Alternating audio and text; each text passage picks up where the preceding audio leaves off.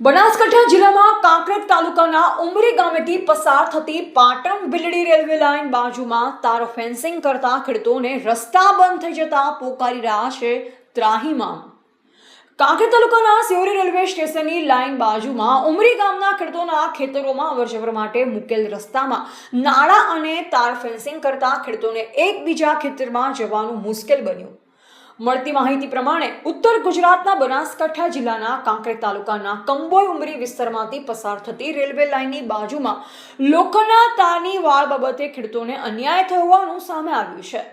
ત્યારે આ બાબતે ઉમરી ગામના ખેડૂતો એકઠા થયા હતા અને કાંકરેજ મામલતદાર અને ડીસા પ્રાંત અધિકારી સહિત જિલ્લા કલેક્ટર કચેરી ખાતે રસ્તો આપવા માટે લેખિત રજૂઆત કરવામાં આવી હતી। ત્યારે તારીખ 14/7/2026ના રોજ કાંકરેજ તાલુકા વિકાસ અધિકારી નરેશભાઈ ચૌધરી સાથે કાંકરેજ તાલુકા પંચાયત પ્રમુખ વેલસી પરમાર, કાંકરેજ તાલુકા પંચાયત અધ્યક્ષ કીતુભા વાઘેલા, દંડક હટુભા ડાભી, પૂનમસિંહ ડાભી ડેલિગેટ, પૂર્વ સરપંચ વિષ્ણુભા વાઘેલા, હોજીભા વાઘેલા, યુવા અગ્રણી રઘુભા વાઘેલા સહિત ઉમરી ગ્રામ પંચાયતના સભ્ય સાથે સરપંચ અને રસ્તા બાબતે ભોગ બનેલા 60 જેટલા ખેડૂતો ઉમરી ગામે પસાર થતી રેલવે લાઇનની બાજુમાં લોખંડના તારની વાળ બાબતે રેલવે લાઇન બાજુમાં કામ કરતા સુપરવાઇઝરને રૂબરૂ મળી રેલવે લાઇનની બંને બાજુ આવેલ ખેતરોમાં ખેડૂતોને અવર જવર કરવા માટે ખાસ કરી રસ્તાની જરૂર બાબતે રજૂઆત કરી હતી અને રેલવે લાઇનનો તાગ મેળવ્યો હતો। ત્યારે હવે વર્ષ 2012માં રેલવે વિભાગ દ્વારા જમીન સંપાદન કરવામાં આવ્યું,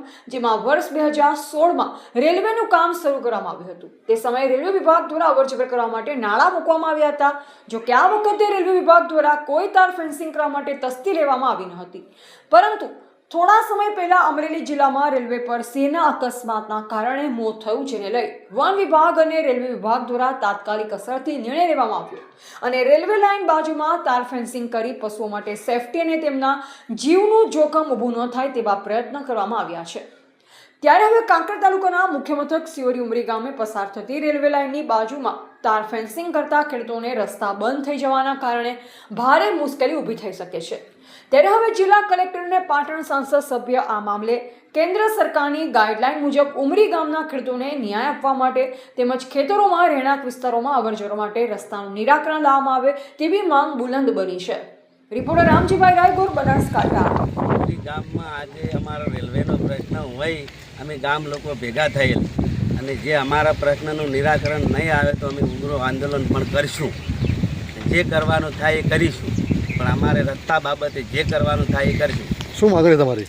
અમારે રેલવેની બાજુમાં 2 ખેતરના 2 ભાગ થયેલા છે, 1 સર્વે નંબરના, અને એમાં અમારે ખેતરમાં જવા રસ્તાની તકલીફ પડે છે। એના બાબતે અમે ભેગા થયા છે ગામ લોકો। તંત્ર દ્વારા શું રિસ્પોન્સ મળ્યો?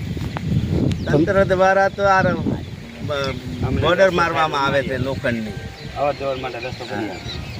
કેટલા લોકોનો પ્રશ્ન છે આ?